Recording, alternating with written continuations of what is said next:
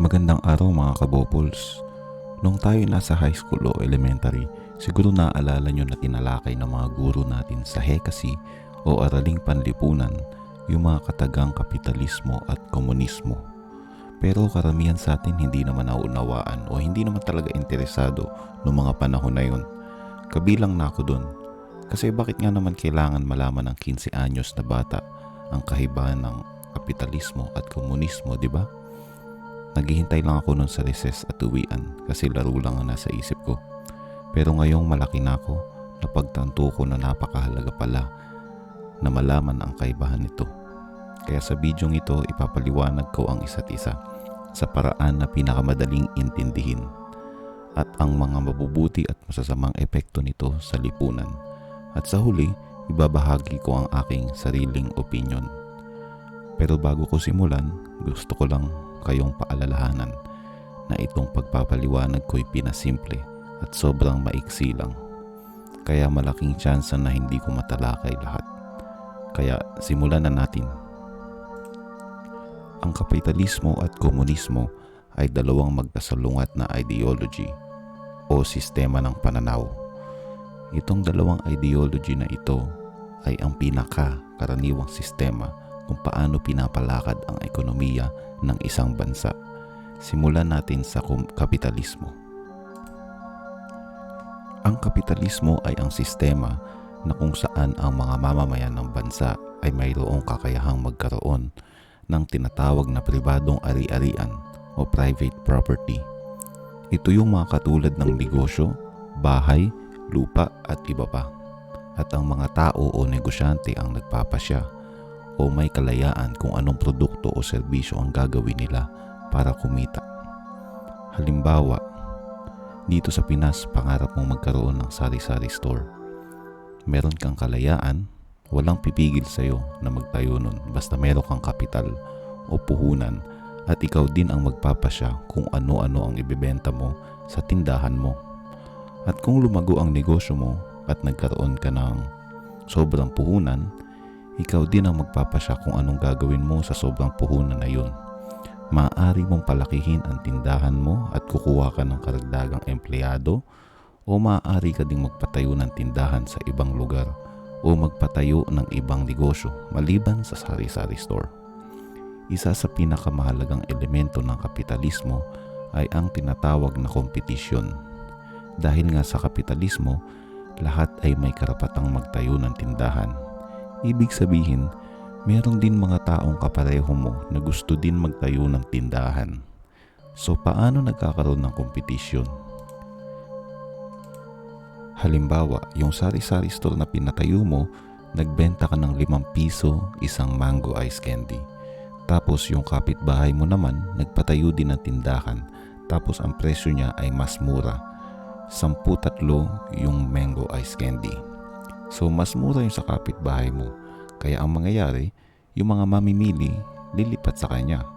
So magtataka ka ngayon, bakit lumipat sa kapitbahay ang mga suki mo? Kaya mag-iisip ka ngayon ng paraan ulit kung paano babalik ang mga suki mo. Maaari mong gawin ay gayahin mo ang presyo ng ice candy. At hindi lang yun, dinagdagan mo pa ng flavor. Hindi lang mangga, nagdagdag ka na din ng chocolate flavor or avocado flavor. So dumami na ang klase ng ice candy mo. Kaya yung kapitbahay mo, kailangan umisip ng idea para bumalik ang mga mamimili. Kasi kung hindi, maaaring malugi ang negosyo niya. Dahil sa kompetisyon, ginaganahan o nai-inspire ang mga tao na mag-imbento o mapaganda ang mga produkto nila. At bilang mamimili, meron din tayong kalayaan mamili kung anong bibilhin nating produkto. Siyempre, isang maliit na halimbawa lang ang ice candy. Masasaksihan din ang kompetisyon sa mga naglalakihang kumpanya kagaya ng iPhone at Samsung, Honda at Toyota, Jollibee at McDonald's at iba pa. So ano palang silbi ng gobyerno sa kapitalismong ekonomiya? Napakadami. Pero sa paksang ito, isa lang ang tatalakayin natin. Isa sa pangunahing papel ng gobyerno ay mangolekta ng buwis o tax. Ito'y kinokolekta galing sa mga mamamayan at mga negosyante upang gamitin sa mga pampublikong layunin tulad ng pagpapagawa ng kalsada, budget sa pampublikong paaralan o ospital, budget sa militar o depensa, at ating kapulisan para sa pagpapanatili ng kapayapaan at iba pa. Sa kabilang banda, talakayin din natin ang mga suliranin na kinakaharap ng isang kapitalismong ekonomiya. Una sa lahat, narito ang issue ng hindi patas sa lipunan. Sa kapitalismo, malaki ang posibilidad ng hindi patas na distribusyon ng yaman at oportunidad dahil ang sistemang ito ay nakabatay sa kompetisyon na tinalakay natin kanina. Ang mga may kakayahan ay may sapat na kapital ay may mas malaking tsansang magtagumpay, habang ang mga hindi gaano kalaking kapital ay maaaring maiwan. Paano ito nangyayari? Ito ay ang tinatawag na concentration of wealth. Ang malalaking negosyo at korporasyon ay patuloy na yumayaman dahil sa laki ng kanilang kapital at resources. Samantalang ang maliliit na negosyo ay nahihirapan makipagsabayan. Ang yaman ay naiipon lamang sa iilang tao o pamilya na nagiging sanhi ng pag-usbong ng mga tinatawag na elite o sobrang yaman na iilan. Cycle of poverty. Ang mga mahihirap ay nahihirapan makaahon dahil wala silang sapat na akses sa edukasyon, puhunan at oportunidad. Ang kahirapan ay kadalasang nagiging paikot-ikot na lang at mahirap putulin. Walang nag-imbento o nag-propose ng idea ng kapitalismo. Unti-unti itong lumitaw at naobserbahan at walang eksaktong petsa kung kailan nagsimula ang sistema na to. Pero ang elemento ng kapitalismo ay ginagawa na libu-libong taon pa ang nakakaraan. Tipong panahon pa ng Mesopotamia, Griego, Imperyo ng Roma.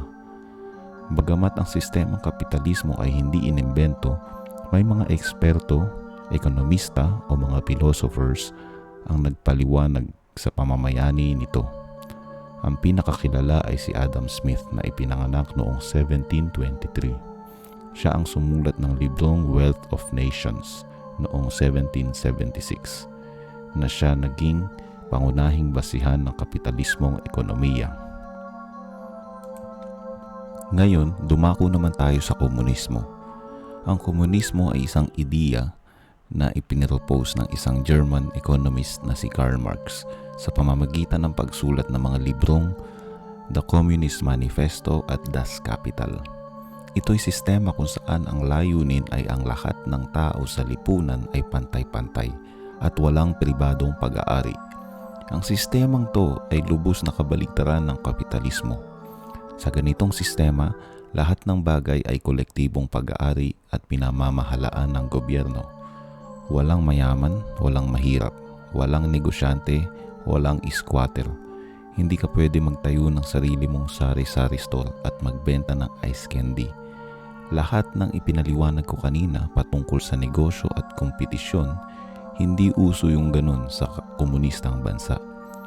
Isa pang katangian ng komunismo ay ang limitadong paggamit ng pera. Hindi na kailangan ng buwis dahil ang mga kalakal at serbisyo ay ibinibigay ayon sa pangangailangan.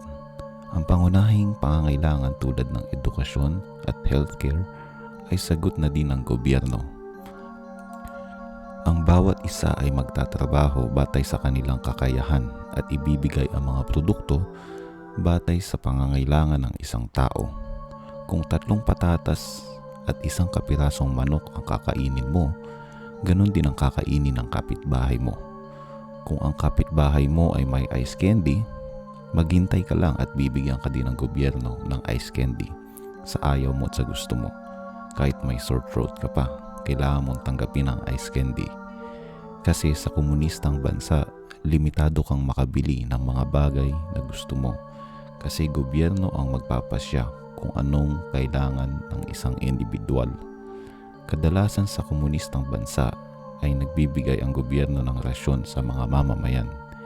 Hindi uso ang McDonald's o Louis Vuitton. Isa sa mga pangarap o ang huling yugto ng tinatawag na full communism ay ang pagkawala ng gobyerno. Sa halip na magkakaroon ng mga pinuno o politikal na sistema na nagpapatakbo sa lipunan, magiging isang komunidad ng mga tao ang magpapasya kung ano ang mga hakbang ang dapat gawin. Magmula nang ipropose ni Karl Marx ang komunismo, mahigit 100 taon na ang nakakalipas, maraming bansa ang nagtangkang gayahin ang ideolohiyang komunista. Ang dating Soviet Union na Russia na ngayon, China, Cuba, Vietnam, Laos, at syempre hindi mawawala ang North Korea ay ang mga halimbawa ng mga bansang sinubukang gayahin ang ideolohiyang komunismo. Sa kasamaang palad, walang nagtagumpay at nagresulta lang sa mas maraming problema kesa kasaganaan. Walang bansa ang umabot sa huling yugto ng komunismo. Dito sa Pinas, merong Partidong Komunista ng Pilipinas or Communist Party of the Philippines na binuo ni Jose Maria Sison noong 1968. Itong partido na ito ay may armadong grupo na mas kilala bilang NPA. Talakayin naman natin ang mga suliranin ng komunismo. Una, kakulangan sa innovation. Dahil ang sistema ng komunismo ay walang mga pribadong negosyo, maaaring mawalan ng incentive o gana ang mga tao na magtrabaho ng mas mabuti o mag-imbento ng mga bagong bagay. At di katulad ng kapitalismo, sobrang limitado rin ang kompetisyon na magpapabilis ng innovation at paglago ng ekonomiya. Pangalawang suliranin ay ang pagpapatakbo ng bansa. Sa teorya, ang full communism ay nangangahulugang wala ng gobyerno, pero sa praktikal na aspeto, mahirap pamahalaan ang isang buong bansa na walang anumang uri ng sistema ng pamumuno. Hindi rin malinaw kung paano epektibong ipatutupad ang mga desisyon at kung paano tutugunan ang mga pangangailangan ng lahat. Ang tamang pamamahagi ng yaman at mga produkto sa isang komunistang lipunan ay isang malaking hamon. Bukod pa diyan, ang nangyayari katulad ng sitwasyon sa North Korea kung saan iisang tao lang ang namamalakad. Ito'y tinatawag nilang Supreme Leader. At ang nasabing pinuno ay napapaligiran ng mga iilang makapangyarihang tao na nagsisilbing katuwang niya sa pamamalakad ng bansa. Ngayon, ihambing natin ang dalawang sistema. Kapitalismo, may kalayaang magnegosyo at magkaroon ng sariling ari-arian. Nagkakaroon ng kompetisyon ang bawat isa na isang mahalagang elemento ng kabihasnan. Sa kabilang banda, malaki ang posibilidad ng pagkakaroon ng hindi patas sa lipunan. May mangilang-ilang sobrang yayaman at napakadaming mahihirap. Sa komunismo, walang pribadong ari-arian o negosyo. Gobyerno ang may-ari ng lahat. Lahat ay pantay-pantay, walang mayaman o mahirap. Sa kabilang banda, walang kompetisyon kaya mas mataas ang posibilidad na ang mga mamamayan ay mawalan ng gana magtrabaho at magsumikap. At limitado ang kalayaan ng mga mamamayan ng bansang komunista.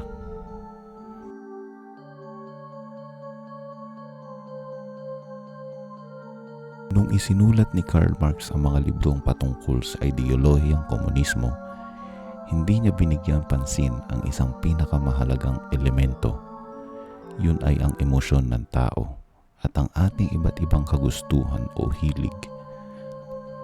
Ang inakala ni Karl Marx na ang tao ay masaya o ganadong kikilos ayon sa pangkalahatang layunin ng gobyerno para sa lipunan. Pero sa totoong buhay, hindi naman lahat ng tao gustong magsaka ng palayan. Hindi din naman lahat gusto magtrabaho sa pabrika at gumawa ng semento. Ang komunismo ay isa lang idea na inimbento ng isang tao. Hindi kagaya sa kapitalismo na kung saan walang nag-imbentong tao at ang mga elemento nito ay ginagawa na libu-libong taon na ang nakakalipas. At sa paglipas ng panahon, malaki ang naiambag ng ideolohiyang kapitalismo sa paghubog ng modernong kabihasnan. Sa kabilang banda, kung titignan natin sa papel, ang komunismo ay isang napakapayapang sistema. Sino ba ang ayaw matapos ang kahirapan at taggutom, di ba? Ngunit ito'y ideya lamang. Maraming sumubok ng sistema, ngunit hindi nagtagumpay. Bagamat marami ring suliraning kinakaharap ang kapitalismo, lubos na mas mahirap lutasin ang mga isyong kinakaharap ng komunismo. Kaya sa aking opinyon mga kabopols, hindi dapat manaig ang ideolohiyang komunista sa Pinas o kahit saang bansa man yan. Kasaysayan na ang magpapatunay na walang maidudulot na maganda ang ganyang sistema. Dito na nagtatapos ang aking video. Kagaya ng sinabi ko kanina, sobrang maiksi lang tong paliwanag na ginawa ko sa napakalaking paksa na to. Sa totoo lang, pwede kong talakayan ng isa sa kanila ng 2 oras. Kaya mga kabopols, inaanyayahan ko kayong gumawa ng sarili ninyong pagsasaliksik kung medyo nakulangan o medyo naguluhan kayo sa aking paliwanag at maaaring may nabanggit ako na hindi tama. Kung meron, pwede kayong mag-comment sa baba kung may gusto kayong idagdag o itama sa mga sinabi ko. Sana may natutunan kayo sa video na to at nabawasan ang inyong kabopolan. Mag-abang pa kayo sa mga susunod kong mga video. Hanggang sa muli mga kabopols.